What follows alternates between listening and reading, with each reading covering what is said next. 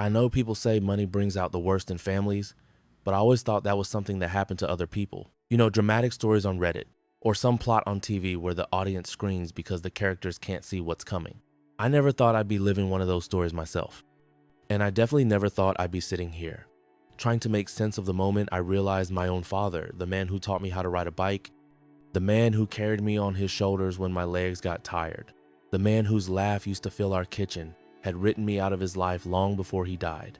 Not emotionally, not figuratively, I mean, literally, in his will. And the worst part wasn't seeing the paper. The worst part wasn't my name being left out. It wasn't even that every single thing was left to my little brother, the one who hadn't spoken to me in years. No, the worst part was my mom's voice when I asked her about it. That quiet, tired, "It's better if you don't ask." You don't forget a sentence like that. So, yeah. That's the story I'm finally ready to tell. Let me take you back to how it all started. My dad passed away last year. It wasn't sudden, but it wasn't exactly expected either. More like one of those declines where you keep telling yourself he'll bounce back, because he always has. The hospital room had that cold, recycled air smell mixed with whatever food they reheated 1,000 times a week.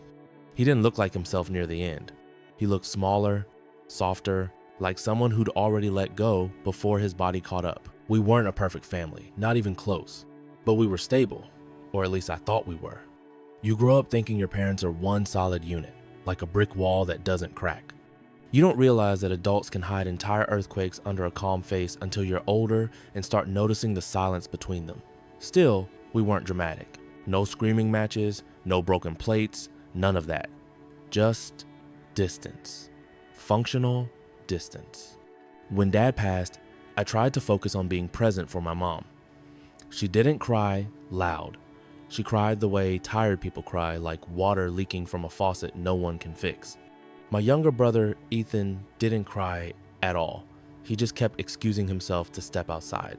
I thought it was grief hitting him in waves. Later, I realized grief wasn't the only thing hitting him. About a week after the funeral, Mom told us we needed to go through Dad's office. Not the big one he used at work, the small one at home, the one with stacks of receipts from the 90 seconds and old computers that probably held 2 megabytes of storage. It was more of a memory closet than an office. There was the usual stuff: insurance documents, tax forms, a collection of ballpoint pens he refused to throw out, and then there was the drawer. It didn't look special, just a regular wooden drawer with a squeaky handle. But inside, tucked under a folder labeled House Renovation 2004, was a sealed envelope with my dad's handwriting on it. I recognized that handwriting instantly. He always wrote with a slight slant to the left, like his words leaned towards something private. The envelope said, "For my sons, they're all the rabbles 2024, plural." I don't know why, but my fingers started shaking as soon as I saw it. Maybe it was the weight of the moment. Maybe it was the fact that grief makes every object feel like a landmine. Mom wasn't looking inside drawers. She was organizing a bookshelf, her back turned to us. I remember saying, "Hey, what's this?" And she froze. Not dramatically, not like in movies, but in a way only someone who knows you very well would notice. Her shoulders rose just a bit. She hesitated before she turned around. "Oh," she said, and her voice did that soft bump thing it does when she's trying to sound casual. "That's probably some old papers." Ethan and I looked at each other. He frowned, like he didn't understand her reaction either. I opened the envelope. Inside was my dad's will. At first, I didn't even know what I was looking at. I thought it was some informal letter. It wasn't until my eyes hit the phrase "last will and testament" that my heart kind of stopped for a second. I don't know how long I stood there, scanning the lines, trying to make them rearrange into something that made sense, because my name wasn't there. Not once, not even in the survived by section. The entire estate house, savings, pension, belongings, everything was left to Ethan. I'm the older one by 5 years. I was the one who handled the hospital paperwork. I was the one who visited every day after work. Ethan had been distant, busy, missing. I don't mean that in a blaming way. He just wasn't around much, and I figured that was part of being 23, still figuring out life. But seeing that will made everything feel twisted, inside out. "Mom," I said, my voice cracking in a way I didn't expect. "What is this? Why?" And before I finished the question, she cut me off softly, but sharply. "It's better if you don't ask." If she had slapped me, it would have hurt less. Nothing kills you like someone shutting a door you didn't even know existed. I just stared at her. She looked tired in a way I'd never seen before, like the years themselves were weighing down on her shoulders. Ethan looked uncomfortable, shifting from one foot to another, avoiding eye contact, but not shocked, just awkward. Like he knew this moment would come eventually, but he wasn't prepared to actually be in it. I wanted to keep pushing. I wanted to demand answers. I wanted to shout, but her face, that combination of exhaustion and something like fear, stopped me cold. We didn't talk about it again that day, or the next after that. But the silence didn't make the questions go away. It made them louder. A few days later, I asked Ethan to meet up at a diner we used to go to growing up, the one with the sticky menus and the world's saltiest fries. He showed up wearing this nervous expression, like he knew exactly why I called him. "I didn't know about the will until after," he said before even sitting down. "Mom told me, but I didn't ask for anything. I swear, that should have helped, but it didn't." I asked him if Dad ever talked to him about anything, about me, about us, about whatever reason he had for excluding me entirely. Ethan shook his head, said Dad was always practical with him. They didn't talk about feelings, about legacy, none of that.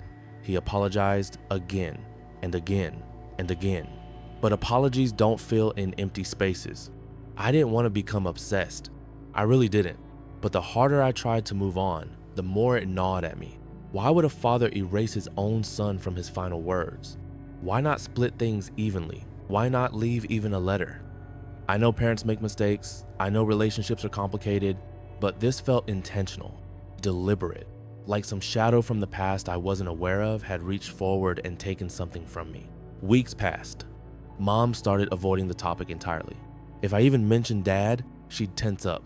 She started suggesting I take a break from helping her sort through his things, that she and Ethan could handle the rest, that I shouldn't stress, which is a wild thing to say to someone who just found out he didn't exist in his father's final thoughts. I remember one night, maybe a month after the funeral, I was sitting in my apartment, staring at the will again, reading every line like it would magically change.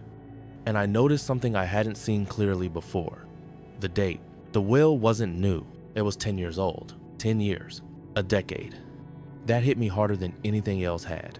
Because 10 years ago, I wasn't some rebellious teenager. I wasn't estranged. I wasn't a disappointment.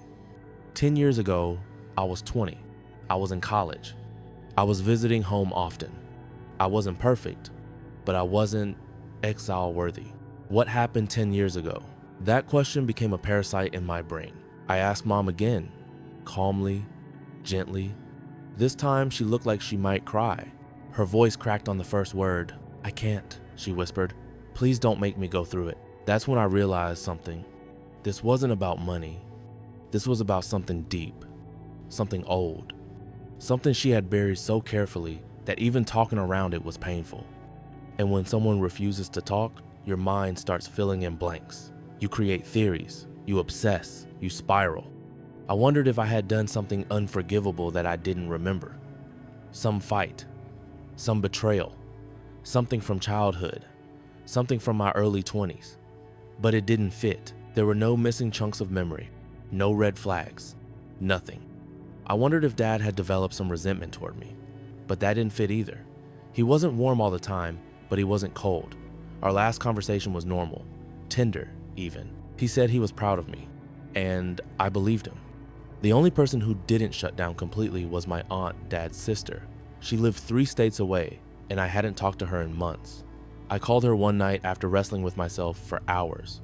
The moment I mentioned the will, she sighed in a way that sounded sad, heavy. "Honey," she said gently, "your parents have always been protective of you. Sometimes too protective, in ways that didn't make sense to everyone else." I wondered if this would come out eventually. "What does that mean?" I asked, gripping my phone so hard my palm hurt. There was a long pause. too long. Then she said, "It's not my place, I swear. If I hear that phrase one more time from anyone in my family, I'm going to lose it." But then she added something she probably shouldn't have said. "Your father loved you more than you know. That's why he did what he did, even if it doesn't look that way. Loved me so much he erased me from his will? Sure, makes perfect sense." But the tone of her voice wasn't sarcastic. It was sincere, scared, even. That sentence stuck with me for months. He loved you, that's why he did it. I kept thinking, what kind of love leads someone to legally pretend you don't exist? Eventually, I realized I wasn't going to get answers from other people. I had to dig myself. So I did something I didn't want to do. I requested older family documents. I looked through every album, every yearbook, every paper we still had in storage.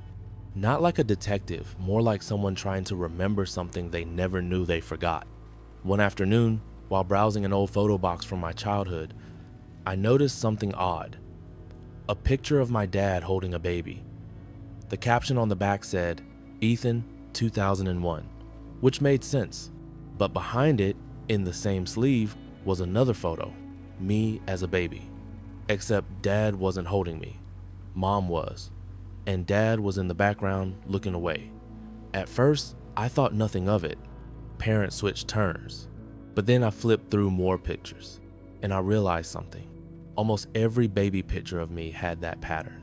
Mom with me, Dad nearby, but distant, watching, or not watching.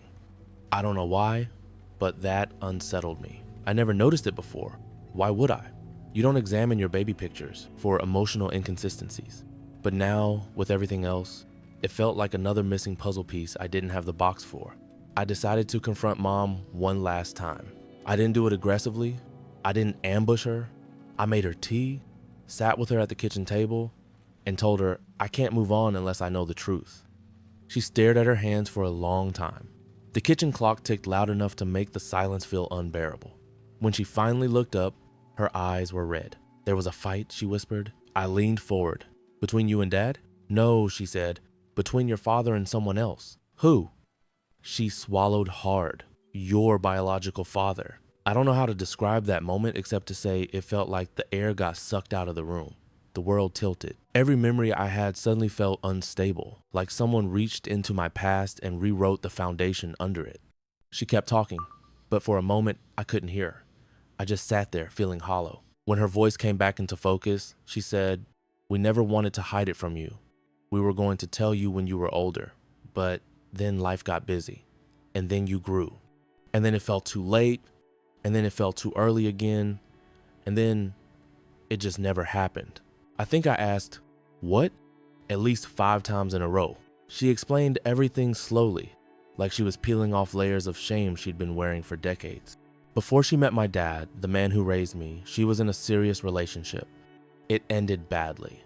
I mean, really badly. The kind of breakup people make cautionary movies about. She found out she was pregnant with me after that relationship ended. My biological father didn't want to be involved at all. She met the man I know as my father when she was 3 months pregnant. He knew. He always knew. He married her anyway. He raised me anyway. He loved me anyway. But, and this is where it gets ugly, her ex came back into the picture when I was around 10 years old. He tried to make contact. He tried to stir things up legally. He tried to demand custody after being absent for a decade. My dad fought him off. Hard. Years of legal tension. Years of fear that I might get dragged into the middle of something traumatic. At one point, the biological father wrote a letter saying he wanted to claim his rights and correct old mistakes. Dad lost it. It nearly ruined their marriage. It definitely changed him. And somewhere in the chaos of that period, he rewrote his will. Not because he didn't love me, because he was terrified that if anything happened to him, that man, the one who abandoned me, who hurt my mom, who tried to come back like a ghost, might somehow use the inheritance to claw his way into my life again. Or worse, claim parental rights through money, control, influence. He wanted to keep me untouchable. Ethan, being their biological child together, was a safe option on paper, the legal buffer, the firewall. Mom said, "He thought he was protecting you." I sat there in silence for the longest time, angry, confused, heartbroken, relieved, betrayed, loved, all at once.